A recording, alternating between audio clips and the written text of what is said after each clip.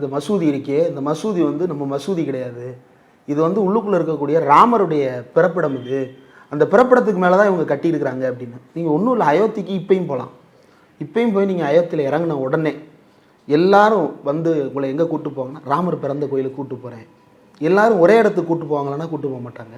அதில் பாதி பேர் இங்கே கூப்பிட்டு போவாங்க, மீதி பேர் இது உண்மையான ராமர் பிறந்த இடம் கிடையாது, ராமர் உண்மையிலே பிறந்த இடம் வேறு இடத்துல இருக்குது, எனக்கு தெரியும், வாங்க நான் கூப்பிட்டு போகிறேன் அப்படின்னு ஒருத்தர் வந்து கூப்பிட்டு போவார். இவ்வளவுதான் அந்த இடத்துல ராமர் பிறந்த இடம் அப்படின்றதுக்கான மரியாதை.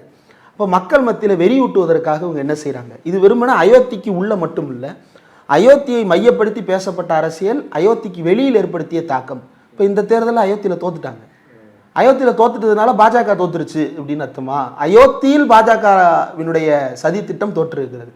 தேசிய அளவில் பாஜகவினுடைய சதி திட்டம் என்பது எந்த அளவுக்கு வெற்றி பெற்று இருக்கிறது அப்படின்னா, அந்த பயத்தை இந்தியா முழுவதும் எங்கெல்லாம் ஒரு மசூதியும் ஒரு கோயிலும் பக்கத்தில் இருக்கோ அங்கெல்லாம் மக்கள் மத்தியில் ஒரு பதற்றத்தையும் அச்ச உணர்வையும் உருவாக்குறது.